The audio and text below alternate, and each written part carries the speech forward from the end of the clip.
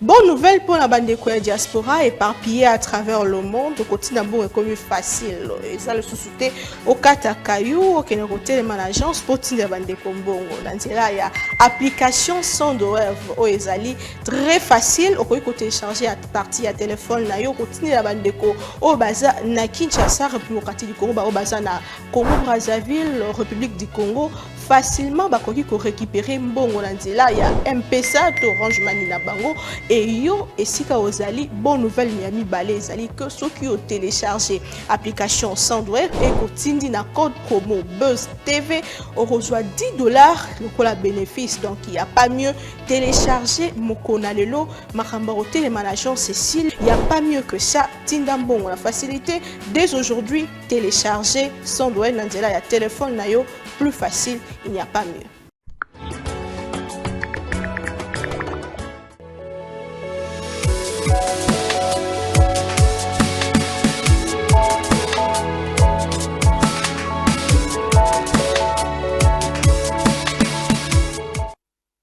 On ne peut pas bâtir un pays sans une bonne justice. La justice élève une nation, comme le dit la Bible chez les chrétiens. Mesdames et messieurs, bienvenue à tous. Nous allons nous apaisantir sur la justice de la République démocratique du Congo. Pour soigner une maladie, il faut s'attaquer à ses causes. Quelles sont les causes de la maladie qui est en train de miner notre justice? Il y a des cas particuliers qu'on va évoquer tantôt dans cette émission. Est-ce que ces cas sont des cas illustratifs de la maladie qui dérange notre justice? Mesdames et messieurs, bienvenue. On reçoit notre invité permanent et conseiller, pas conseiller, plutôt notre consultant, voulais-je dire, consultant permanent, Maître Oscar Moubiaï.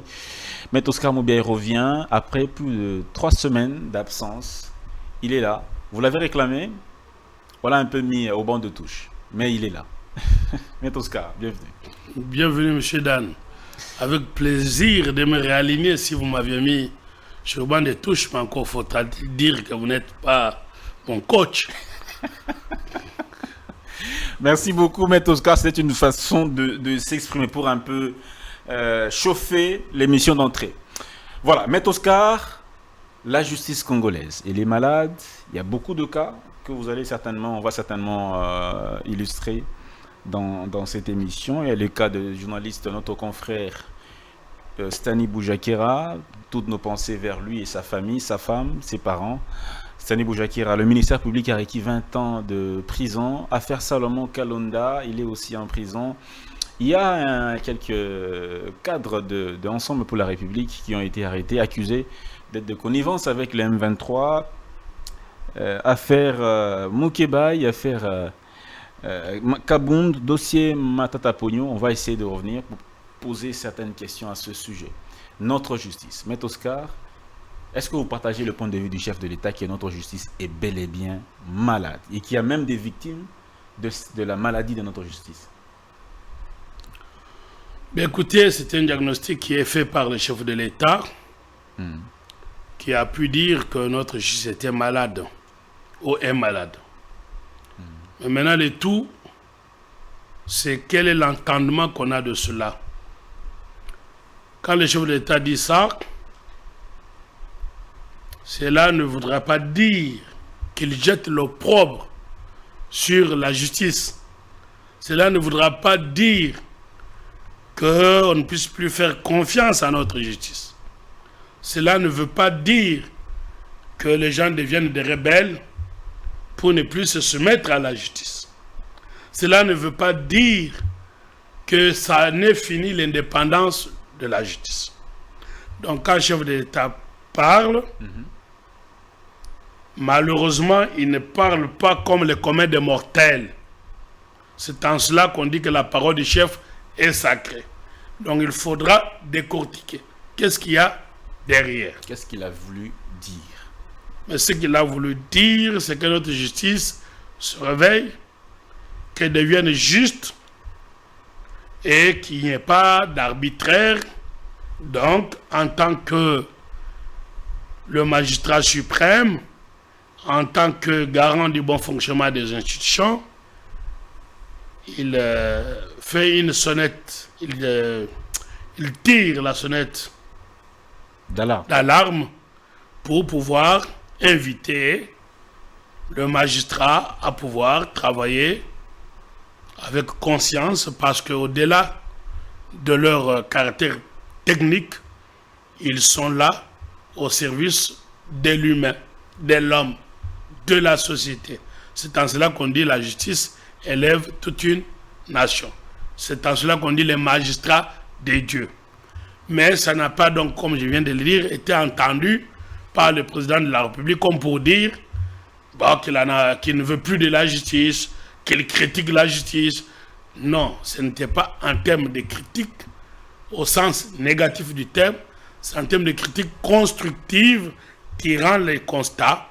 Maintenant, une fois qu'on a fait le constat que la justice est malade, beaucoup se sont attardés et sont restés sur la justice est malade. Non, il est de notre devoir maintenant, après que le chef ait dit cela, que nous puissions venir pour tout de suite nous approprier ces constats et proposer, n'est-ce pas, la thérapeutique. Est-ce qu'il a raison de dire que Stani Boujakira est victime de notre justice? Non, là, vous êtes sur les symptômes. Et quand il y a une maladie, puisqu'on dit que la justice est malade, pour rester dans le langage médical, si l'on est malade, on ne doit pas soigner des symptômes, on soigne les causes de la maladie, afin qu'on puisse guérir. Donc, il nous appartient, nous, en tant que professionnels du droit, de proposer la thérapeutique pour que notre justice ne soit plus malade. Voilà. Maintenant, si on part au cas par cas, là, on est perdu. On est perdu, et là, on n'a même pas compris ce que le chef a voulu dire. Donc, les cas que vous me citez, de Chéribé Okende, paix à son âme, de votre confrère Boujagira, ainsi de suite. Ça sont des symptômes. Ce ne sont pas des causes. C'est les conséquences. Ben, c'est les conséquences. Il faut maintenant aller à la cause. Pour soigner, qu'est-ce qu'il nous faut? Alors, ce qu'il nous faut, il faut des réformes structurelles. Pas soigner au cas par cas. Est-ce que dans notre justice... Parce que si on n'a pas soigné des causes profondes, aujourd'hui c'est Boujagira, demain ce sera Dan Zinc, Jamais. On va déplorer. Jamais. Je refuse ça au nom de Jésus. Mais vous êtes corps. Vous êtes un corps. Si on arrête un des membres du corps, si aujourd'hui c'est son tour, pourquoi pas demain vous? Donc si on n'a pas résolu le problème... Tout comme vous aussi, M. Oscar. Vous aussi être victime. Moi je ne suis pas journaliste. Non, vous êtes citoyen congolais. Donc toute personne peut être victime de la justice malade. Voilà. Et pour cela, il ne faudra pas qu'on puisse commencer à parler de cas de ceux qui sont déjà victimes, si vous voulez, de cette maladie, mais il faut guérir. Maintenant, la vraie question pour moi, ce n'est pas de dire Jaguera, Salomon Kalonda. Non, il faut apporter des réponses. Alors, en termes de réponses, prenant les cas que vous citez, nous pouvons dire ceci. Quand on parle de M. Salomon Kalonda, qu'est-ce que l'on invoque? L'on invoque sa maladie. Maintenant, la vraie question, pour une réponse thérapeutique, pour guérir notre justice malade, au chevet duquel je me mets, parce qu'il ne faut pas que la justice meure. Si la justice meurt, c'est une société qui disparaît. Vous avez dit, élever une justice, c'est élever toute une nation. Si nous laissons notre justice malade et qu'elle venait à en mourir, c'est toute la société qui sera morte. C'est pour ça que nous sommes d'un devoir citoyen. C'est en cela qu'il faut comprendre le message du chef de l'État pour dire réveillez-vous, mettez-vous au service. Maintenant, la justice implique qui? Pas seulement les dirigeants, mais aussi les dirigés, les citoyens, comme vous et moi. Cela passe par quoi? Par apprendre aux citoyens leurs droits. C'est pour ça que nous avons mis en place des ONG, État de droit marche. Parce que quand vous ne connaissez pas votre droit, c'est comme si vous n'en avez pas du tout. Donc, pour revenir au cas que vous citez, prenons le cas de Kalonda. Qu'est-ce que les gens disent? Non, il est malade. Mais tout le monde qui va au CPRK en tombe malade immédiatement. Imaginaire comme justifié. Alors, maintenant, la réponse maintenant à ce système malade, c'est qu'il y ait des hôpitaux au niveau de centre pénitentiaire de Makala. La maladie n'est pas une cause de liberté. Parce qu'on est soigné à l'hôpital. Plutôt, évidemment, à l'hôpital, se trouvant au sein de la prison. Mais ça remet la prison est toute une société. Ça remet en cause l'état de nos prisons. Non, ça ne remet pas en cause d'abord l'état de nos prisons, ça remet en cause l'état de nos hôpitaux. Parce que toute personne malade, même libre, préfère aller se faire soigner en Afrique du Sud et à l'étranger. Et ceux même qui demandent à ce que Salomon soit dehors, ils vous disent quoi? Ils vous disent qu'il faut qu'il soit dehors parce qu'il ne peut être soigné qu'à l'extérieur. Vous voyez quelle image du pays que l'on donne. Et ceux qui vous disent ça, ce sont ceux-là qui voulaient demain prendre les rênes du pays. Mais non. Mais Maître Oscar Moubiaï, vous n'allez pas dire que notre système sanitaire, il est aussi parfait, il est bon. On peut le comparer à celui de l'Inde ou de l'Afrique du Sud. Voilà. C'est en cela que je vous dis, il faut qu'on apporte des réponses structurelles. Quel est notre système de santé aujourd'hui? Sommes-nous capables à prendre en charge de maladies, toutes les maladies? Non. La réponse est non. OK? Donc, la réponse n'est pas en termes de dire que quelqu'un quitte la prison pour qu'on puisse l'envoyer ailleurs. La question est de répondre à l'amélioration du système sanitaire au sein des prisons. Pourquoi ne pas améliorer les conditions de détention d'abord?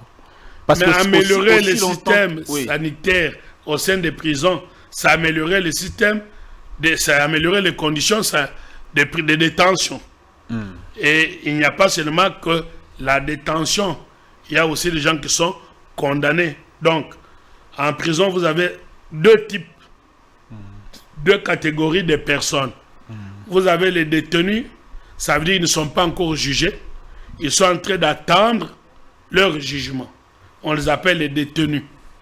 Et vous avez ceux qui sont déjà condamnés définitivement ou en cours d'instance. Il y a ce qu'on appelle les condamnés. Ils sont en train de purger leur peine. Qu'ils soient maintenant détenus ou condamnés, tous, ils se retrouvent au centre qu'on appelle CPRK, centre pénitentiaire de Makala. Voilà. Mais maintenant, normalement, les détenus et les condamnés ne devaient pas être au même endroit. Il fallait déjà qu'il y ait des cellules pour les détenus. C'est pour ça qu'on dit maison d'arrêt. Les détenus, vous avez des gens qui sont détenus. Donc, eux, ils doivent être dans les cellules de détenus. Et puis, vous avez maintenant les prisonniers. Et ils sont déjà condamnés. Ils doivent être dans les cellules de condamnés.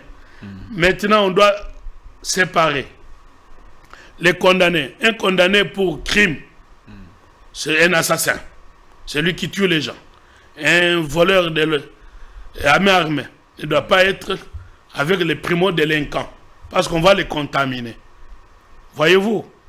Parce que si on prend un jeune homme qui vient d'être envoyé en prison parce que, bon, il a dérobé un porte-monnaie, vous l'envoyez en prison, vous le mettez à côté d'un grand bandit du grand chemin. Mais le jeune homme sortira demain bandit parce qu'il aura passé le temps à côté des bandits. Voyez-vous? À côté de cela, qu'est-ce que nous mettons au sein de la prison? Il faut apprendre les métiers.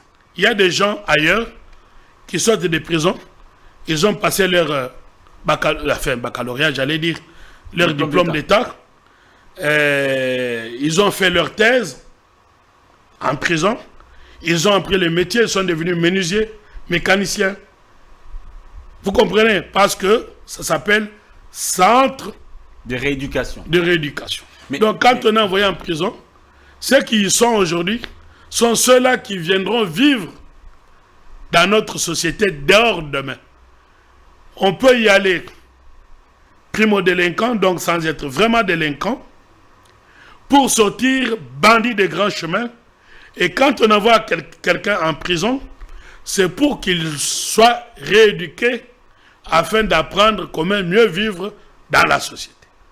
Mais maintenant, si dans nos prisons, il n'y a pas les centres de formation, il n'y a pas de bibliothèques, il n'y a pas l'apprentissage de métiers, parce que cette population carcérale, n'est-ce pas, c'est une main-d'œuvre qu'on peut utiliser pour leur apprendre des métiers et pour travailler. Et de ce travail, vous avez les mécaniciens, vous avez des menuisiers, vous avez des maçons. Ils peuvent sortir, aller travailler, revenir en prison. Et de là, ça sera une source de revenus parce qu'ils auront des salaires. Mais même pour manger, ça pose problème. Ça pose problème dans nos prisons. Mais pourquoi ça pose problème? Ils sont affamés. Mais pourquoi ça pose problème? Il est honteux d'apprendre qu'il y a des ONG qui apportent à manger et que cela a été détourné, ça n'arrivait pas. Donc, voilà. Donc, en réponse, il faut qu'aujourd'hui, les directeurs de prison, nous espérons qu'ils travaillent bien, sinon il doit bien travailler, il doit avoir des projets, initier des projets. Je suis heureux que l'inspectorat général des services judiciaires qui gère le directeur de prison, parce que vous avez l'inspectorat général des services judiciaires et pénitentiaires. Monsieur Essabé qui fait un très bon travail, qui revient récemment de la CPI dans une mission. Nous espérons que tout ce qu'il a pu découvrir en Europe, il les mettra en application à la disposition donc de nos prisons. Parce que si on ne parle que de Makala, mais sur l'étendue du territoire, nous n'avons pas que Makala. Il y a d'autres prisons. Il y a Angenga, il y a Boulou, mais ce n'est pas encore suffisant. Il y a Kassapa. La question est, depuis que l'homme blanc est parti, nous laissant des prisons, quelle était la capacité d'accueil pour ces prisons laissées par l'homme blanc? Sauf que depuis que l'homme blanc est parti, avons-nous créé d'autres prisons? Construit? Visiblement non. La réponse non. Visiblement non. Mais donc pour répondre à la question de notre justice malade... Vous n'allez pas vous attaquer à la ministre de la Justice. Vous n'avez pas... Non, moi je ne m'attaque à personne. À sa façon de gérer. Depuis qu'elle a la tête du ministère de la Justice. Il y a votre collègue Jean-Marie Kassamba que j'ai suivi et que j'apprécie beaucoup. Ce qu'il a pu dire, il a dit la parole du chef de l'État est sacrée. Et quand le chef de l'État a dit une parole, nous devons nous en approprier pour apporter des réponses.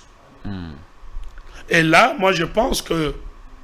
Bon, je ne vais pas tirer sur ces conseillers sur qui l'on tire souvent pour dire qu'il est mal entouré. Comme Jean-Marie le disait, les conseillers ou les cabinets du président se seraient déjà appropriés de cette thématique de la justice malade pour organiser déjà des séminaires, des conférences, consulter des grands cabinets. Quand je dis des grands cabinets ici, je ne dis pas aller consulter les cabinets européens, de ceci, de cela. Comme beaucoup de Congolais me disent, quand nous sommes en Europe, j'ai entendu certains confrères devenus récemment professeurs, que quand nous sommes là-bas, on voit Dupond-Moretti. Je suis du même barreau que Dupond-Moretti. J'ai l'avantage, mais il est du barreau de Lille, je suis du barreau de Lille. J'ai l'avantage de connaître leur système et de connaître mon système. Mais vous comprenez? Ça voudrait dire... Soyez modeste, soyez plus ou moins modeste, s'il vous plaît, maître. Monsieur, je suis très modeste. On vous écoute. Mais, donc, dire que Dupond-Moretti, c'est mon confrère, ce n'est pas un problème de modestie. Lui aussi doit dire, Maître Oscar, c'est mon confrère. Comme j'ai vu un confrère qui dit, vous venez du Congo, vous connaissez un des bâtonniers dont j'étais le nom. Je dis oui, c'est notre confrère congolais. C'est pour dire tout simplement que quand on veut apporter la thérapeutique, il ne faut pas aller perdre le temps à des Pullman et à des Hilton dans des salons. Ne citez pas les noms des hôtels des gens ici, de peur qu'on ait des problèmes. Mais c'est là qu'on fait des conférences, non? Avec les cafés. Allez-y. Ça, c'est les petits blancs qui viennent vous dire ces histoires-là. Il n'a jamais été à Makala, il vient vous apprendre votre droit. Non. Moi, ce que je suis en train de vous dire, je n'ai rien contre les confrères du Pomoriti. Hein? C'est beaucoup plus les magistrats qui ont beaucoup de problèmes avec lui. Parce que, bon, voilà, vous savez que les magistrats ont problème avec lui. Il est le garde des Sceaux français. Mais c'est mon confrère du même barreau. Il est de l'île comme moi. Ce que j'étais en train de vous dire, quand je vous dis apporter des réformes, on va aller recourir. C'est ça les réformes structurelles. Ça veut dire qu'on va aller consommer étranger. Or, il y a une loi où on parle de préférence nationale. Je suis en train de vous dire qu'il y a des compétences et l'expertise voulue. N'est-ce pas? C'est pour cela que nous apportons ça. Après avoir écouté le chef de l'État. Je comprends bien. Donc, je suis en train de vous dire... Vous voulez avoir le ministère de la Justice? Non, vous voulez gérer le ministère de la Justice? C'est ça le mal congolais. C'est parmi vos objectifs, vos ambitions. En dehors de la justice malade, il y a aussi l'homme congolais malade. Comment ça? Mais l'homme congolais, quand on réfléchit poste. Et quand on réfléchit poste, on réfléchit devenir ministre. Et le sommet de la vie passe par être ministre. Mais non pas même être ministre pour servir sa nation, mais on considère que le ministre est un poste rémunérateur. Non, en Europe, il y a des gens, comme avocat comme moi, quand il devient ministre, il voit son salaire. Parce qu'entre ce qu'on reçoit comme ministre est moindre que quand on est entrepreneur comme avocat. Il voit son salaire diminuer. Il gagne moins, c'est comme du Pomoriti dont on parlait. Mais quand il est avocat, il gagne plus que quand il est ministre.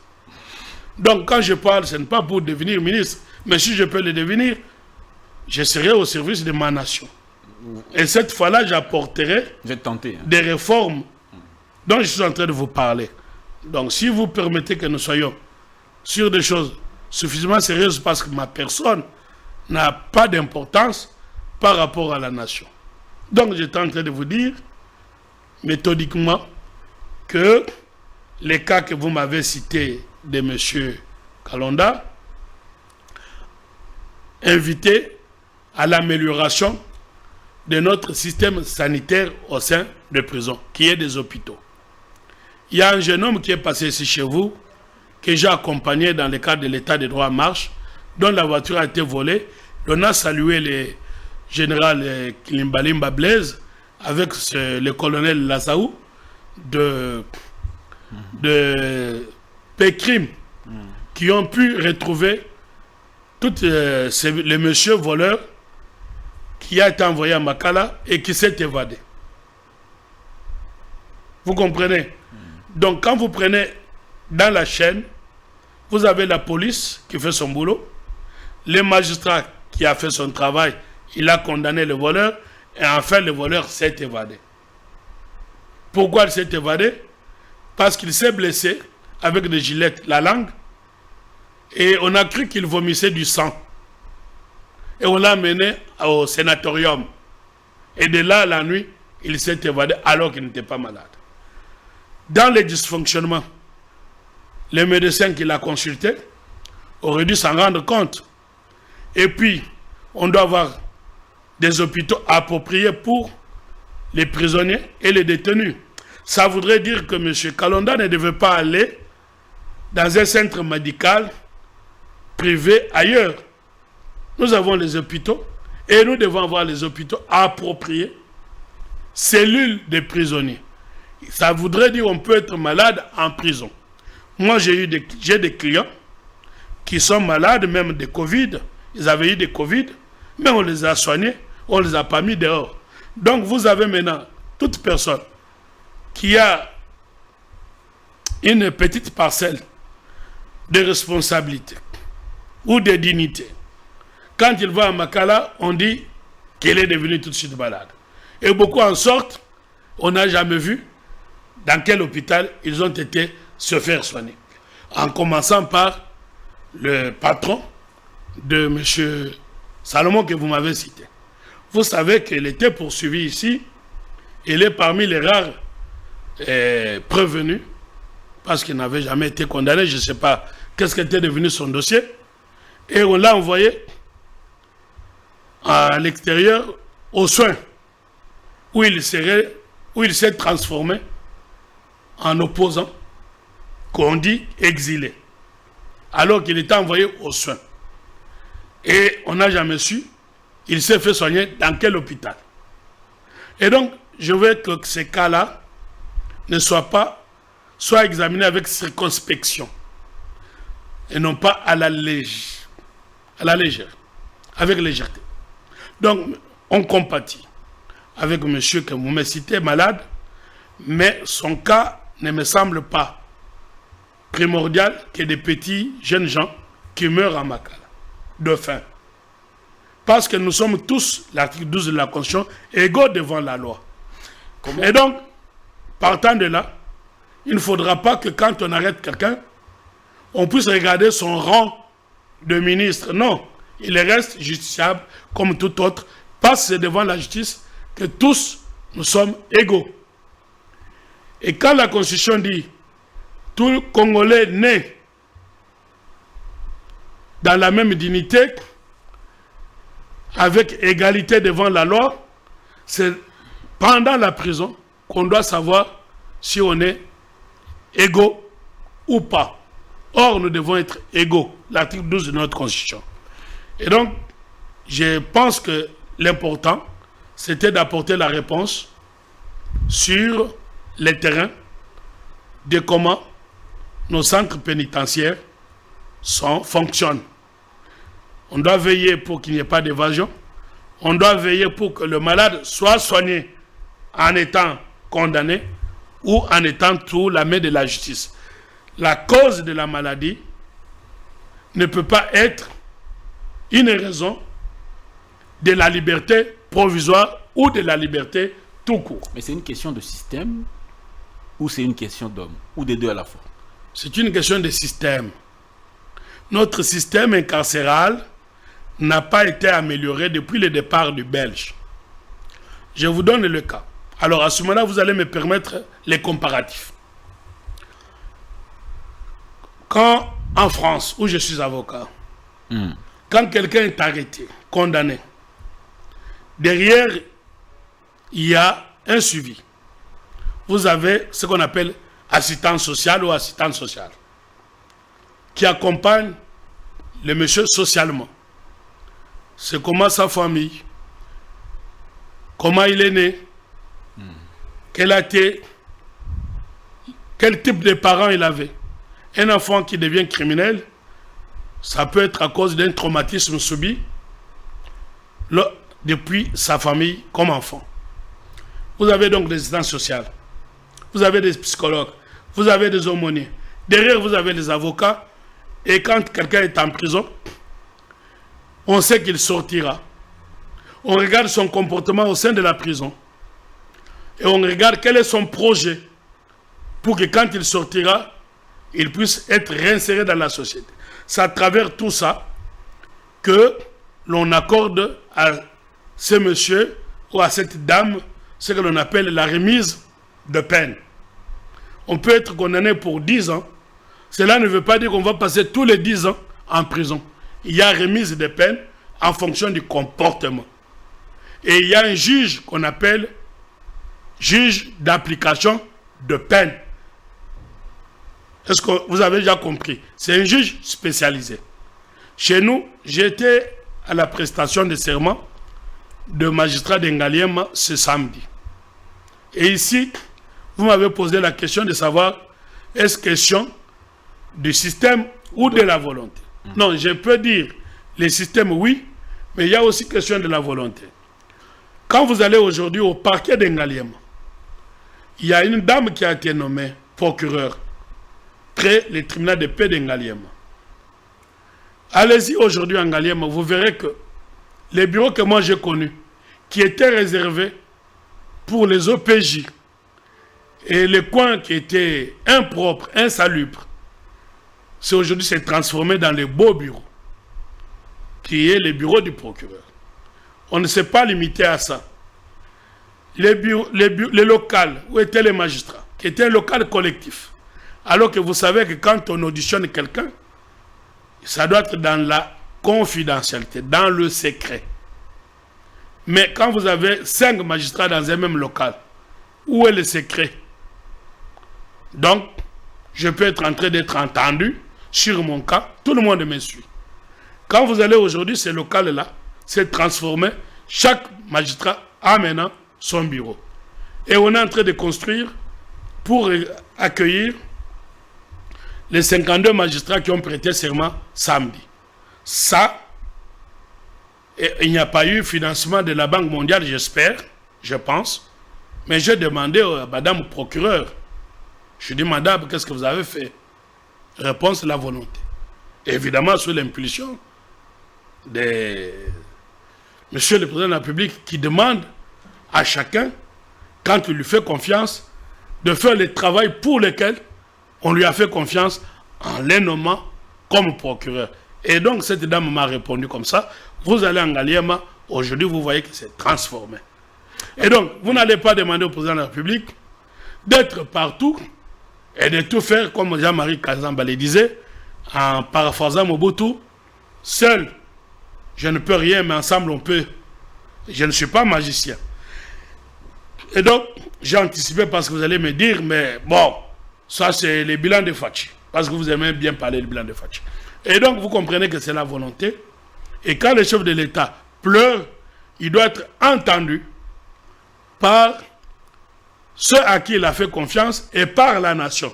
Et non pas les transformer pour que ça devienne un sujet politique ou de moquerie en disant qu'il est pleurnichard. Le chef doit pleurer ou il doit agir? Parce que, en tant que magistrat suprême, il a le pouvoir d'agir ou pas? Mais en tant que magistrat suprême, le chef agit. Voilà. Quand il agit comment? C'est ça la vraie question. Parce que vous vous laissez sur les symptômes. Moi, je dis qu'il faut soigner en profondeur. Le chef agit à travers ses collaborateurs. Et quand il nomme, comme je vous donnais l'exemple de madame le procureur d'Engaliema, quand il la nomme procureur, il s'attend à ce que celle-ci transforme son environnement. Et vous allez au niveau d'Engaliema aujourd'hui, c'est transformé. Maintenant, si tous les procureurs sur l'étendue de la République pouvaient imiter cet exemple, comme on est en train d'imiter l'exemple de... Au Katanga, là, c'est quoi? De la dame de Lualaba, où tout le monde venait. Oui, c'est comment... Oui, les gouverneurs, Lualaba. Si toutes nos provinces peuvent devenir les Lualaba, si tous nos parquets peuvent devenir des Ngaliema, vous allez actuellement, depuis que l'homme blanc nous a laissé le palais de justice, aujourd'hui, allez-y, on est en train de réflexionner. Depuis 50 ans, 60 ans, ça n'a jamais été fait. Maintenant, on est en train de le faire. Donc, dans ce que vous étiez en train de me dire, il y a là cette volonté du chef de l'État. Et quand il sonne, il attire sa sonnette d'alarme, son cri, que vous vous transformez en germillade. Non, je ne transforme pas. Parce que vous dites qu'il doit pleurer ou il doit... C'est vous qui avez utilisé le mot pleurer. Mais quand on dit pleurer, vous regardez au sens propre où nous parlons français. Quand on dit les cris du cœur, c'est pleurer au sens du cri du cœur où il dit réveillez-vous. C'est comme ça qu'on dit on s'approprie de ça. Mais maintenant, juste la question, je n'ai pas pris position. Mais je réponds à la question. Oui. Pour faire comprendre l'économie et l'essence de ce que vous appelez pleurer. Parce que beaucoup d'opposants disent, mais il est là en train de pleurer, il doit agir. Mais il est en train d'agir. C'est pour ça que nous avons dit, l'état des droits marche. L'état est en marche. C'est pour ça que je vous ai donné l'exemple de Ngaliema, de Gombe actuellement.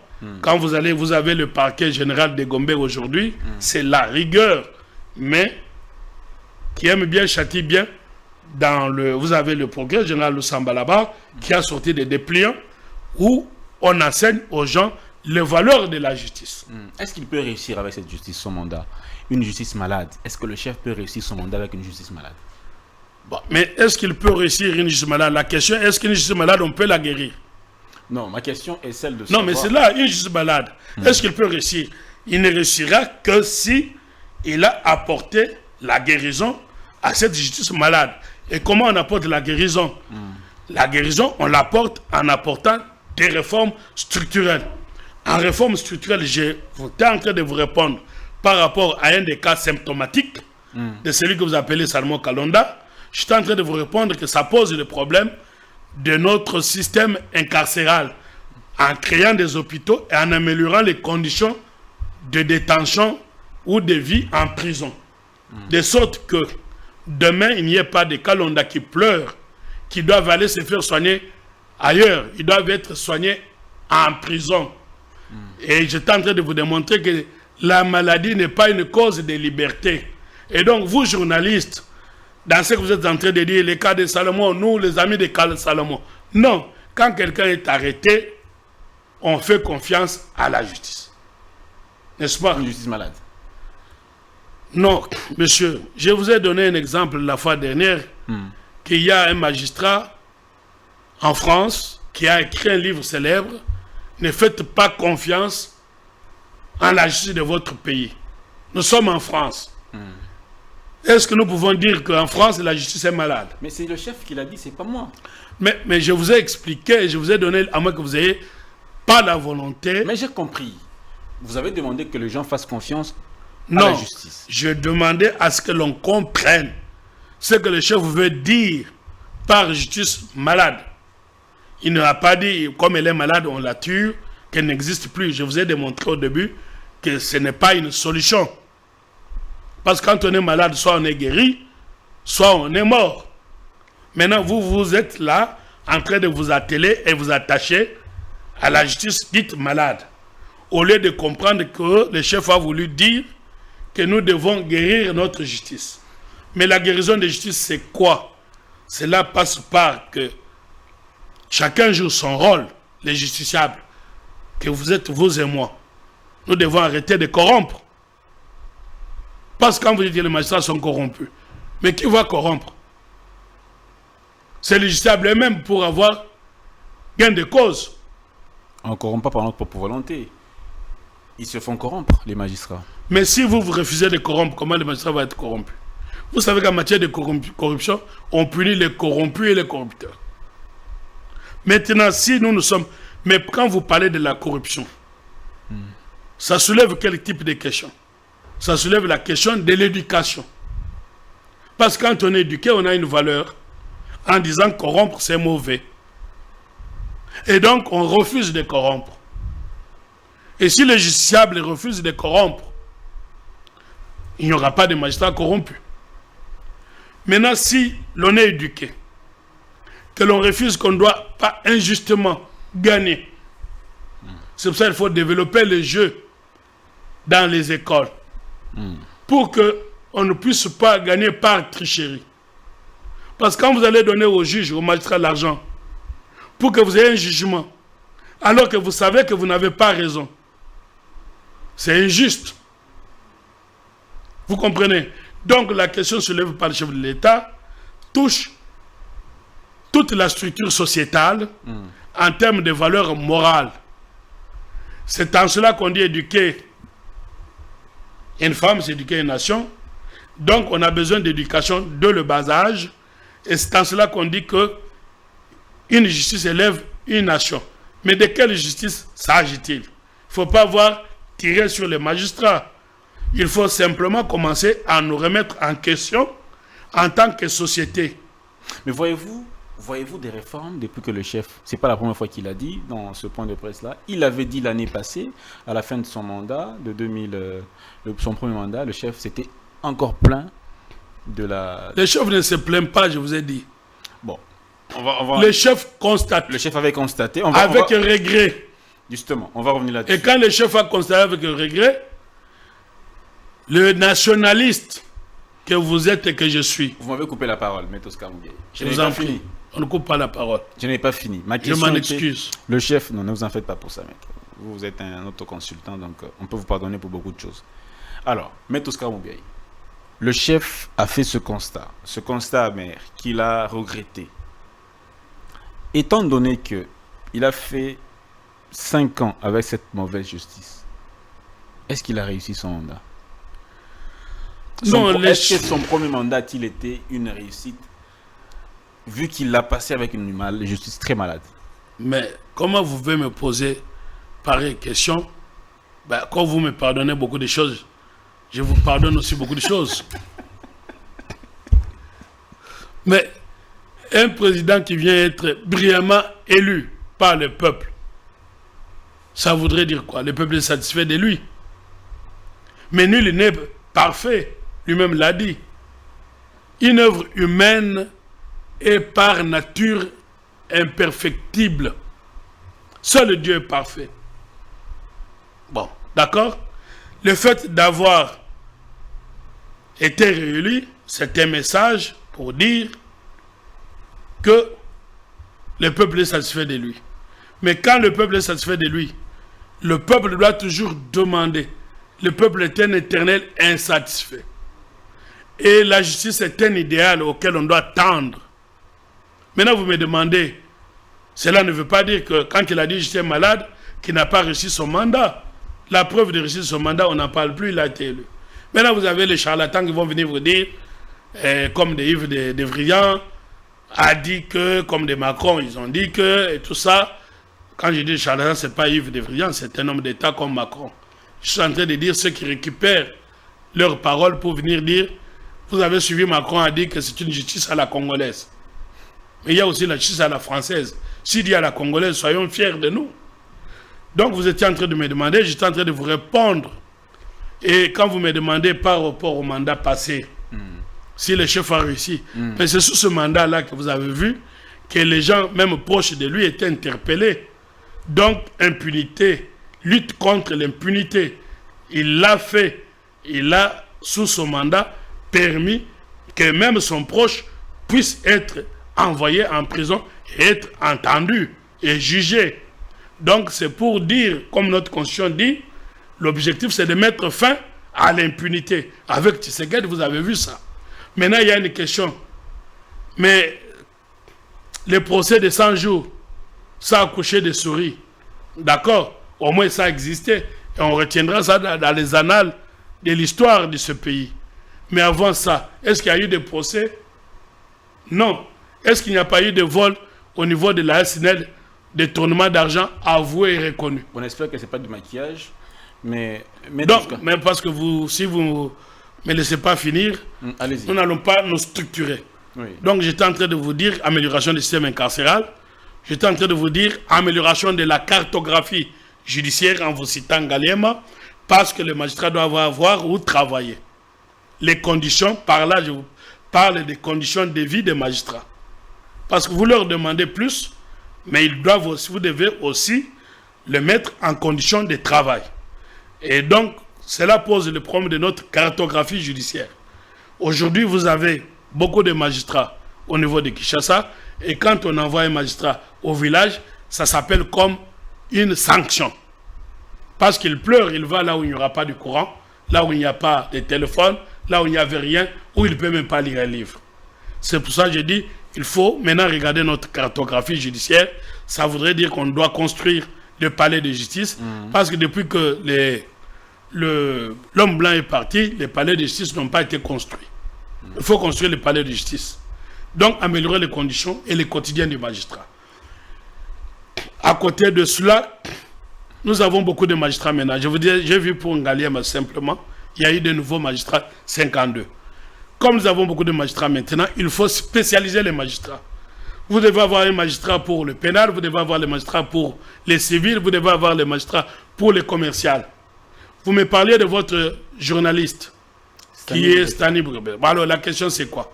La question c'est que est-ce que nous avons un code, l'infraction par laquelle on arrête les journalistes, c'est la diffamation, faux bruit. Oui.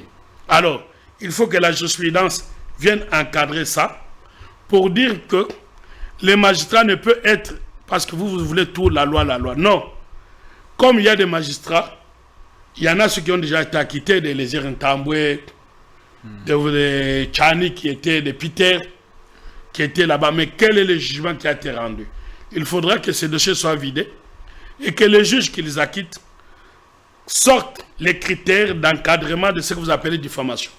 Pour dire que quand le magistrat a donné une information, il ne peut être poursuivable que si l'information n'est pas utile, juste, objective. Parce qu'il y a les critères d'une information. M. Dan qui a fait l'IFASIC connaît ça. Donc, mais parce que quand vous dites information, cette information doit être une information, c'est quoi? Vous apportez un élément utile à la population. Mais si vous prenez les cadavres, vous mettez dans les réseaux sociaux en tant que journaliste pour dire qu'on tue les soldats à l'Est, c'est une information ça. C'est une information non utile. Et donc on a résolu le problème de votre profession par son encadrement à travers des éléments jurisprudentiels qui encadrent l'information. Mais vous n'avez pas vous-même dans votre corporation. Bon, j'espère que M. Jean-Marie Kassamba, qui me suit, va pouvoir permettre à ce que... Parce qu'il faut consulter les juristes. Il doit me consulter. Au moins, lui, il faut qu'il me consulte. Comme ça, on va encadrer l'infraction dite de diffamation.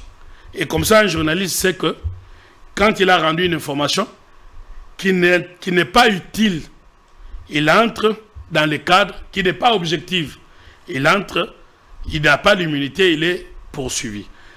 Au-delà de ça, vous avez très rapidement comme ça, parce que je ne peux pas sur une même émission vider toutes les réformes qui sont possibles. Il faut la formation. Nos magistrats ne sont pas formés. Non, ils viennent de l'université. Non. Mon ami, j'ai fait l'université en France, comme ici. Oui. Quand j'ai fini l'université, je pars à l'école d'avocat pour devenir avocat. Et quand je suis avocat, comme la science est évolutive, j'ai l'obligation de justifier le nombre d'heures de formation chaque année. Mais maintenant, nous avons des gens, depuis qu'il a quitté l'université, il n'est plus à la page. Aujourd'hui, vous avez le numérique. Aujourd'hui, tu me parles de l'évolution sur le plan journalistique. Mais ça a évolué. Quand tu étais journaliste, il n'y avait pas l'évolution technologique que l'on a aujourd'hui avec les réseaux sociaux, ainsi de suite. Il n'y avait pas ça. Donc, il faut adapter. Cela passe par les formations. On ne rentre plus aux études, mais on fait la formation. Et la formation est une obligation professionnelle. Il faut que nous ayons une formation professionnelle. Pas seulement pour les magistrats, pour les avocats, pour les journalistes. On doit avoir des bons professionnels.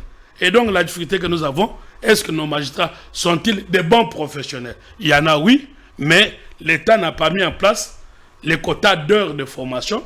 Et les formations, c'est payant. Quand vous appelez un vieil avocat comme moi pour apprendre aux jeunes avocats en formation, c'est que c'est le métier d'avocat. Mais vous devez me payer. Cette formation-là, c'est qui paye? C'est l'État qui paye. Pour les magistrats, pour les avocats, c'est les cotisations. Parce que pour avoir de bons magistrats, il faut avoir suivre de bons avocats.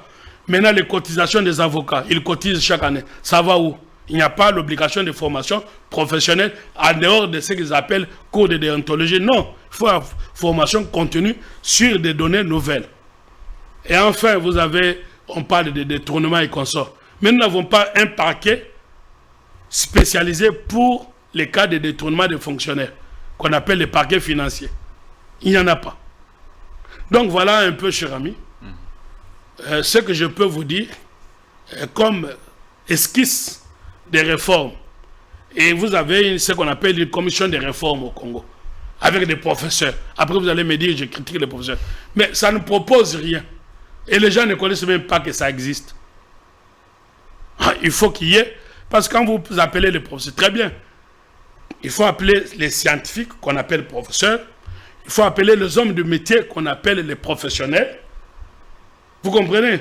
Et à ce moment-là, on propose des réformes. Notre problème, c'est que nous n'avons pas de réforme. Notre problème, il n'y a pas de formation.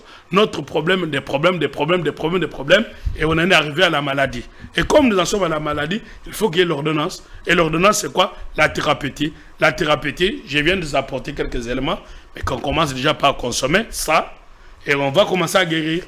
Et au niveau du chef de l'État, il lui faudra nécessairement un courroie de transmission entre un conseiller chargé des fonctionnements de justice et les cabinets, comme ça le chef est à la page et il est en train de suivre.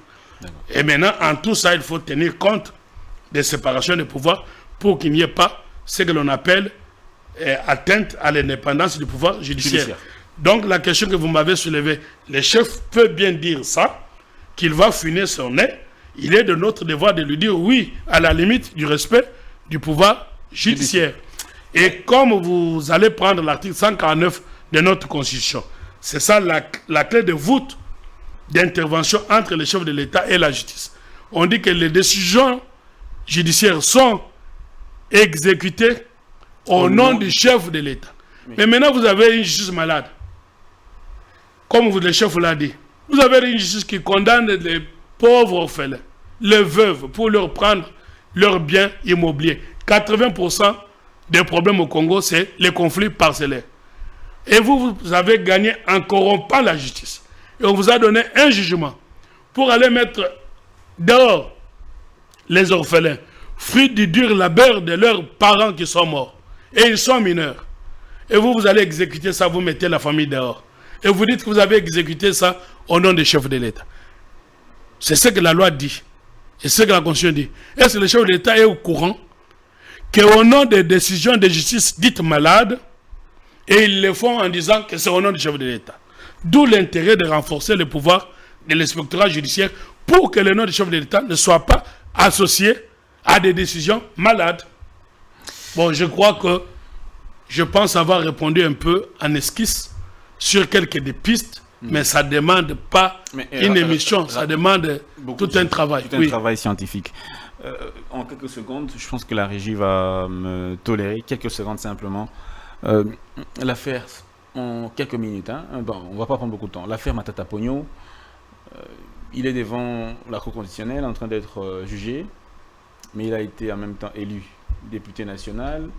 Là, il recouvre les immunités. Il est encore couvert des nouvelles immunités de député national.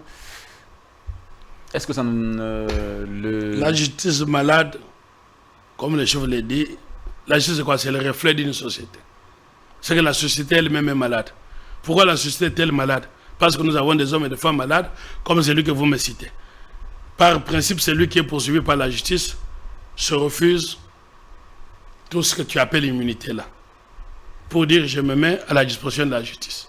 Mais ici, vous avez quelqu'un qui est poursuivi, vous avez vu que sa communauté, selon lui, il organise les mascarades en disant sa communauté lui refuse de prendre l'avion pour aller répondre à la justice. Il dit c'est pas moi, c'est ma communauté. C'est une communauté malade, excusez-moi. Vous avez vu maintenant des gens qui viennent vous dire que non, droit à la santé. On confond tout. C'est un droit constitutionnel. Oui, mais ça ne veut pas dire quand quelqu'un est malade, on ne peut pas le juger. Ça ne veut pas dire droit de la santé.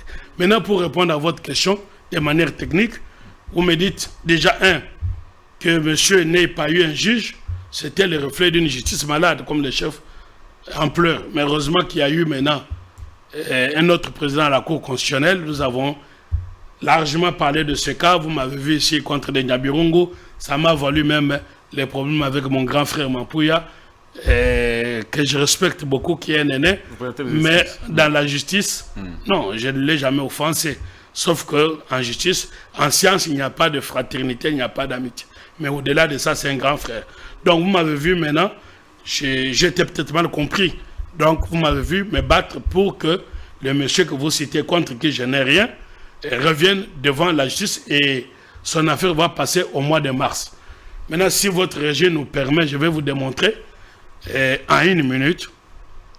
Ce n'est pas question de maladie. Il y a aussi en thérapeutique, nos textes qui disent, il y a malfaçon des lois. Les lois sont mal faites. Vous prenez le cas de M. Matata que vous me citez. Vous prenez les cas de 81 ou 82, Oui. invalidés. Invalidé par la CENI. Tous deux, c'est le même cas. Il s'est passé la même chose. Vous allez au Conseil d'État. Le Conseil d'État se déclare incompétent. Ça, c'est les députés. Vous allez à la Cour constitutionnelle. La Cour constitutionnelle se déclare incompétent. Ça, c'est pour les députés. Donc, ils sont les 82. Ils deviennent sans juge. Vous prenez le cas de M. Matata. Vous allez à la Cour de cassation. La Cour de cassation dit « je suis incompétent ». Vous allez à la Cour constitutionnelle et dit « je suis incompétent ». Donc, vous avez des gens qui viennent devenir sans juge. Alors, vous avez des avocats qui vont venir vous raconter des histoires sans débat contradictoire et ils vous disent « la loi dit ». Non, la loi ne dit pas ça. Alors, il y a les limites du système que je vous démontre. Ailleurs comme en France, vous avez ce qu'on appelle les tribunaux des conflits. Quand vous avez des juridictions qui se rejettent, qui disent « nous ne sommes pas compétents », on appelle ça conflit de compétences. C'est réglé dans notre constitution. Comment, en cas de conflit de compétences, on trouve solution parce qu'on ne peut pas avoir de justiciable sans juge, ça serait déni de justice. Comme il n'y a plus de temps, prochainement je vous répondrai, mais maintenant, notre constitution prévoit les cas de conflit de compétences en faisant jouer à la Cour constitutionnelle le rôle de juge des conflits de compétences pour désigner qui est plus compétent quand chacun renie sa compétence ou quand chacun se réclame compétent. Sauf que la limite est que dans notre système judiciaire, on parle de conflits de compétences entre les juridictions du même ordre. Ça veut dire, dans l'ordre judiciaire, il y a un conflit. Mais on n'a pas prévu les conflits entre l'ordre judiciaire et l'ordre administratif. Ça veut dire Conseil d'État et Cour de cassation. Ce n'est pas prévu. On n'a pas prévu les conflits de compétences entre la Cour constitutionnelle elle-même et les deux autres ordres judiciaires et administratifs. Et en même temps, on comprend, sauf que je vous dis, en même temps, on comprend à tort que la Cour constitutionnelle serait la plus haute juridiction du Congo. Non, la Cour constitutionnelle n'est pas au-dessus de la Cour de cassation, encore au moins au-dessus du Conseil d'État. Ce sont toutes les hautes juridictions. Il n'y a pas la hiérarchie entre institutions. OK? Merci. Donc, mais maintenant, quand il y a conflit de compétences, il faut qu'il y ait un tribunal qu'on doit créer, qu'on appelle tribunal de conflit de compétences, pour résoudre les cas qu'il y ait des gens qui vont se retrouver sans justiciable. Merci. Et enfin, pour notre M. Matata, son immunité actuelle qui est postérieure aux poursuites qui ont été engagées, n'est-ce pas, ne joue pas. Ne joue pas. Ça pourra jouer au jour où il est condamné et qu'il faille la mettre à Makala. À ce moment-là, on aura besoin de l'autorisation pour l'interpeller et l'arrêter. Mais les poursuites qui sont en cours, Non, pas d'effet. les poursuites en cours, son élection n'a pas d'incidence sur les poursuites qui ont déjà été engagées. Donc, M. Matata, je vous en prie, au nom de l'État de droit en marche, de vous présenter devant les juges constitutionnels pour ne pas nous entraîner dans la souffrance d'un débat inutile de la société. Allez-y, vous présentez, monsieur. Et vous êtes un monsieur, et vous êtes ça en cela qu'on dira que vous êtes honorable. Un honorable répond à la justice et non pas des immunités pour fuir la justice. Merci beaucoup, Maître Oscar Moubiaï, consultant de Congo Buzz Télévision.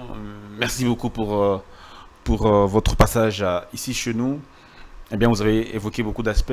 On ne va pas y revenir. Certes, l'émission, les sujets qu'on a évoqués tantôt, on n'a pas fini tout.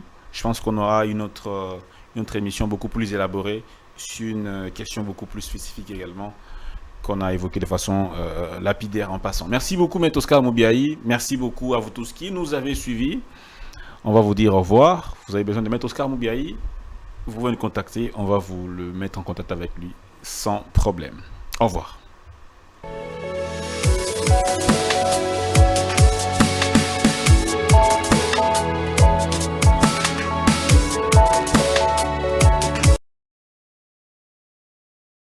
Bonne nouvelle pour la bande de diaspora éparpillée à travers le monde. Au quotidien, bon, est comme facile. Et ça, le sous-souté au Katakayou, au Kénéroté, les managers, pour la bande de Kombongo. Dans il y a application sans douleur au Ezali. Très facile. Au côté télécharger à partir à téléphone, na yo, quotidien la bande de Ko, au Baza, na Kinshasa, République du Congo, au Baza, na Congo-Brazzaville, République du Congo. Facilement bakoki ko récupérer mbongo na nzela ya M-Pesa to Orange Money na bango et yo esika ozali bonne nouvelle miami balé ezali que ceux qui ont téléchargé application Sandware et kotindi na code promo Buzz TV on reçoit $10 le la bénéfice donc il y a pas mieux télécharger mokona lelo makamba au télémanager Cécile il y a pas mieux que ça tinda mbongo la facilité dès aujourd'hui télécharger Sandware na nzela ya téléphone na yo plus facile, il n'y a pas mieux.